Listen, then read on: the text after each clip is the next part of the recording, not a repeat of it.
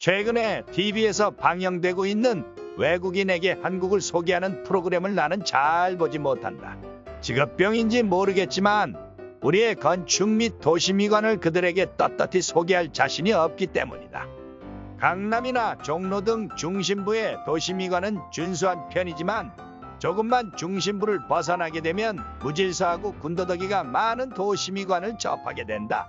낮은 퀄리티의 투박한 플라스틱 창문들, 창호와 마감줄눈이 어긋나 있기 일쑤고 누덕누덕 증축되어 있는 불법 건축물들, 땜빵된 거리의 바닥들, 정리되지 않은 촌스러운 간판들, 삭막하고 낮은 수준의 상가 건축들, 집장사들이 대충 지은 다가구 다세대 건축들, 울퉁불퉁 튀어나온 인도의 포장들, 그냥 총체적난국이다.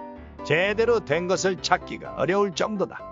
고백하자면 나는 그들과 다르다고 이야기하는 것이 아니다. 나 또한 대한민국의 문화권에서 살고 있는 비주류의 건축가일 뿐이다.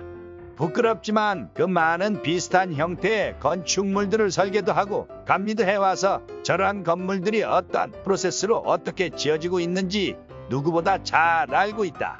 그저 이러한 문제들을 다 같이 이야기하고 싶을 뿐이다. 몇 년 전 한 외국의 기자가 한국의 도시미관을 보고는 한국인들은 디자인 DNA가 없는 민족인가? 하고 놀라는 기사를 본 적이 있다. 뭔가 부끄러우면서도 공감도 되고 정말 우리에게는 그러한 소위 디자인 정특이 없는 것인가? 하고 생각했던 기억이 있다. 실제로 많은 지인들을 만나 이러한 이야기를 나눠보면 열의 9은 문제의식이 없었다.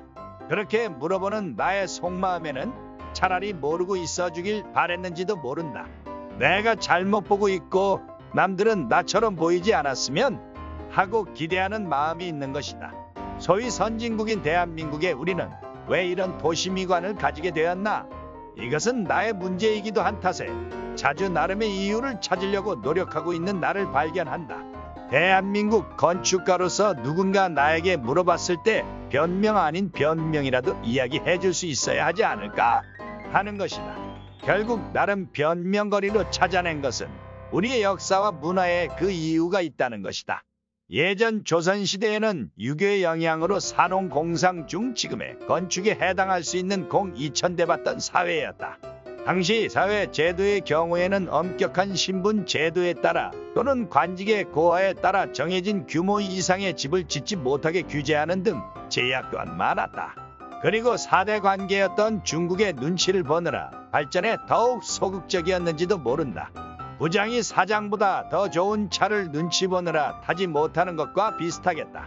상대적으로 일본은 중국 문화의 영향을 받으면서도 멀리 떨어진 지정학적 위치로 인해 중국의 눈치를 별로 보지 않았고 우리보다 몇백 년 앞서 서양의 문물까지 적절히 받아들이면서 개성있는 자신들의 건축 문화를 발전시켜 온 것이다.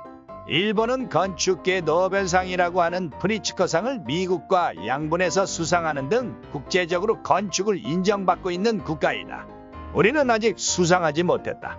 이후 근대화 시기의 서구 문명의 영향으로 한국의 건축 양식은 전통성을 거의 잃어버리게 되고 서구의 건축 양식과 접목된 한국만의 스타일로 뭔가 만들어내어야 했었지만 경제성장에 마음이 급했던 우리는 당시 유행하던 서구의 획일화된 모더니즘 스타일을 앞세워 건물들을 마구 찍어낸 것이다.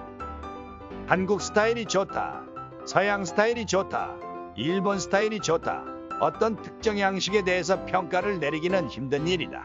그 나라의 디자인 양식은 오랜 세월에 걸쳐 발전해 온 탓에 보통은 일정 수준 이상의 퀄리티를 갖고 있다. 사람마다 자신에게 매력적으로 느껴지는 양식이 있을 것이고 각자의 다른 스타일을 같은 잣대로 평가하기는 힘들다. 화려한 것만이 훌륭한 것도 아니고 반대로 소박한 것이 나쁜 것도 아니다.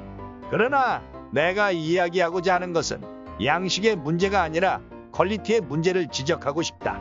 어떤 제품을 만들어내는 과정의 문제, 한마디로 대충 만드는 행태, 즉 장인정신이 부족하다는 느낌을 지울 수 없다.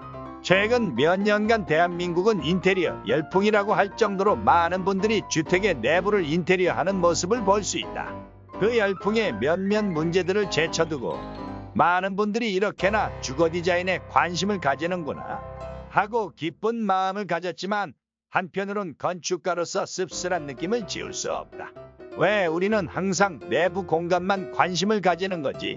외부는 예전 한 외국인이 한국의 아파트를 가보고 깜짝 놀랐다는 기사를 본 적이 있다. 허름한 아파트의 외부를 보고 기대하지 않았는데 상대적으로 인테리어가 잘 되어 있어서 놀랬다는 것이다.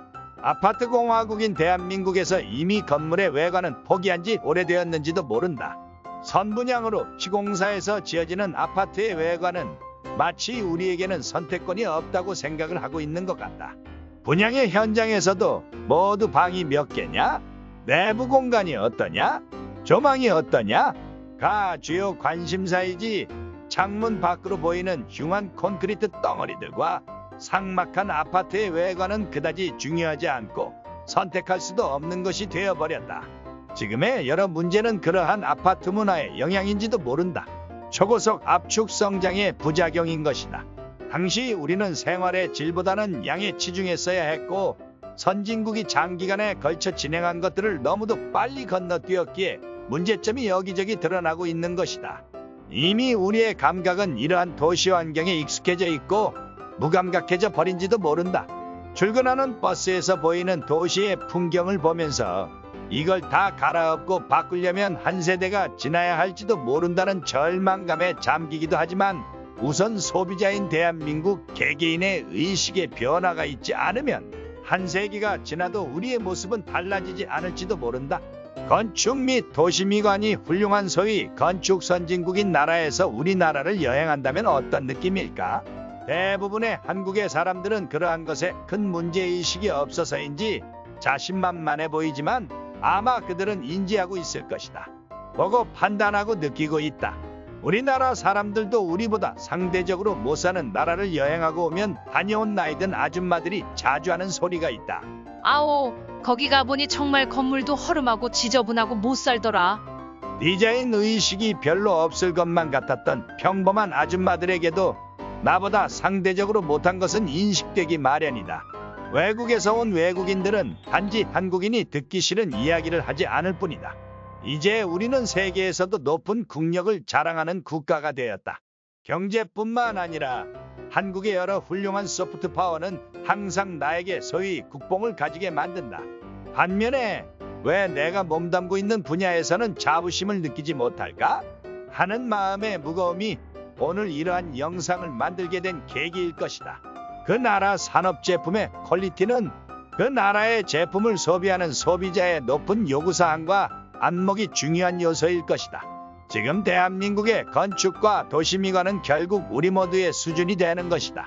해외여행을 하는 많은 사람들의 다수는 그 나라의 건축 및 도시미관을 우선으로 보게 된다.